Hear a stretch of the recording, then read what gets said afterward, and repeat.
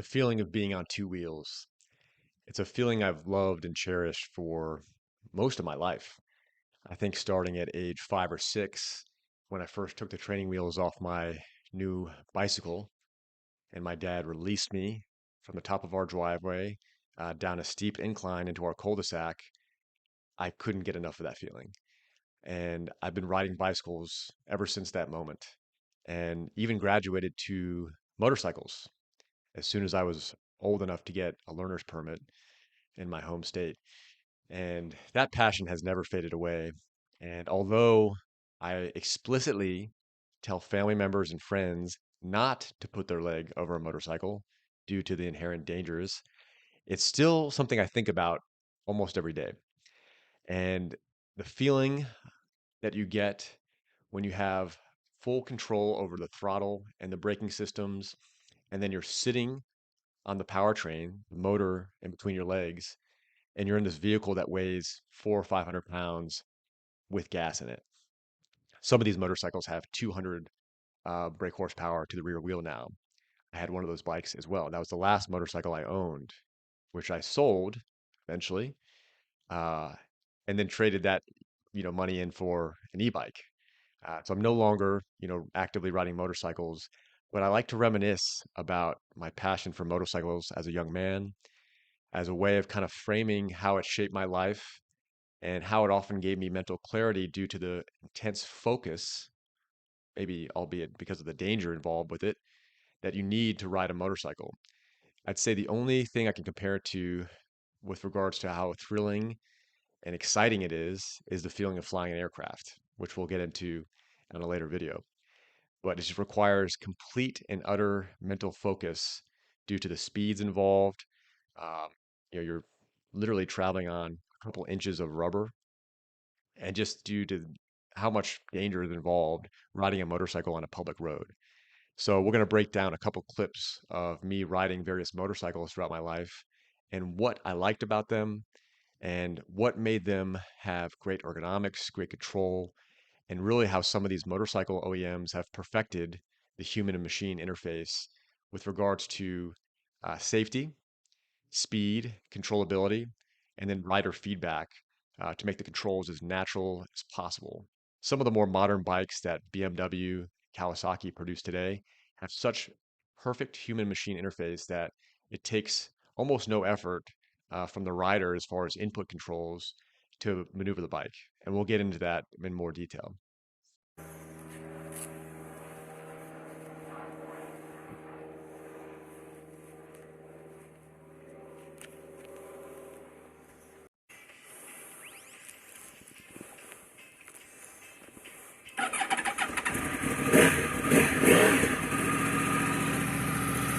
Dream with me.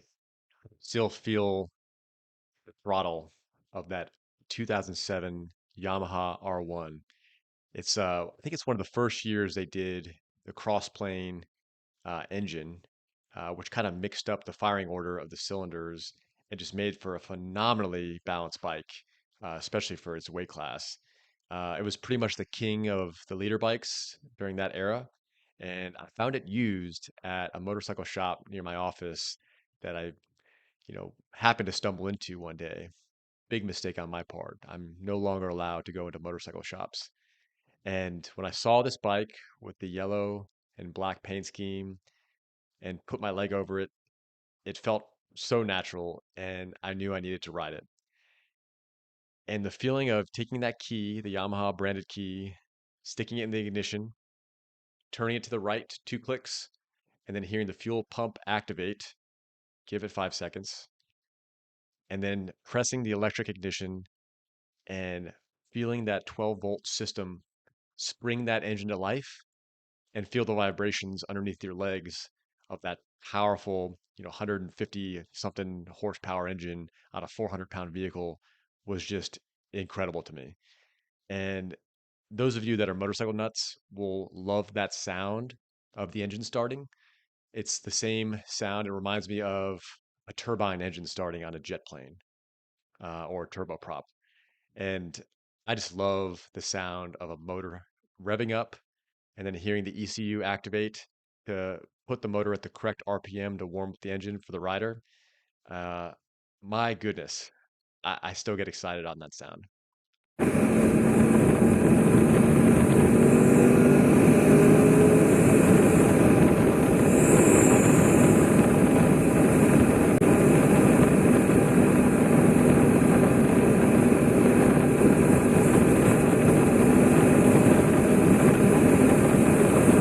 And so this is a video of me riding that 2007 yellow and black R1 straight through the Ocala National Forest.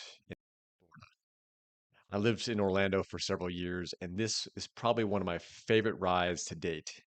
And it was a perfect sunny day, not too hot, probably high 70s, no breeze, sunny day, dry roads. I think this was a Sunday afternoon. So really nice, easy day to ride.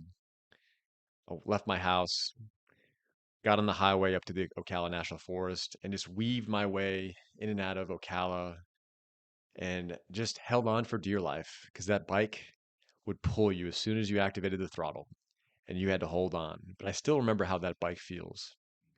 The sensitive controls, the seemingly unlimited power band, and the heat from the engine. Now you're sitting right on top of the dual exhaust pipes that come through the back of the seat. So man, that bike got hot. I'd say that's probably the one thing I didn't like about that bike, especially riding in Florida, is if you didn't have uh, air movement over the radiator, those fans were spinning at several thousand RPM, just trying to keep that bike cool. And the hats off to the Yamaha engineers for putting a large radiator on the front of the bike, but man, that bike had a hard time with heat dissipation, especially with regard to the rider. But hope you enjoyed the story. I'm going to go through a series of different motorcycles that I've really enjoyed riding. Kind of cover some of my favorite rides to date. And although that chapter is closed in my life, I still like to reminisce, and I hope you all enjoy the story.